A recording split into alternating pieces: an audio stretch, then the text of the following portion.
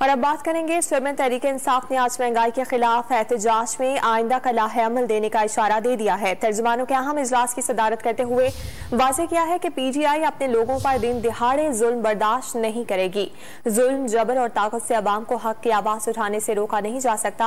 हुक्मरानों और अपनी जायदादें बाहर रखने वालों को अवाम की मुश्किलात, मुल्क के मुस्तकबिल की कोई फिक्र नहीं। इमरान खान ने फैटफ शराइत मुकम्मल करने पर हम्माद अजहर, फैटफ राब्ता कमेटी और मुतालिका अफसरान को मुबारकबाद पेश की। और अब बात करेंगे स्वयं तहरीक-ए-इंसाफ ने आज महंगाई के खिलाफ एहतजाज में आइंदा का लाहे अमल देने का इशारा दे दिया है। तर्जुमानों के अहम इजलास की सदारत करते हुए वाज़ेह किया है कि पीटीआई अपने लोगों पर दिन दिहाड़े जुल्म बर्दाश्त नहीं करेगी। जुल्म, जबर और ताकत से अवाम को हक की आवाज उठाने से रोका नहीं जा सकता। हुक्मरानों और अपनी जायदादें बाहर रखने वालों को अवाम की मुश्किलात, मुल्क के मुस्तकबिल की कोई फिक्र नहीं। इमरान खान ने फैटफ शराइत मुकम्मल करने पर हम्माद अजहर, फैटफ राब्ता कमेटी और मुतालिका अफसरान को मुबारकबाद पेश की।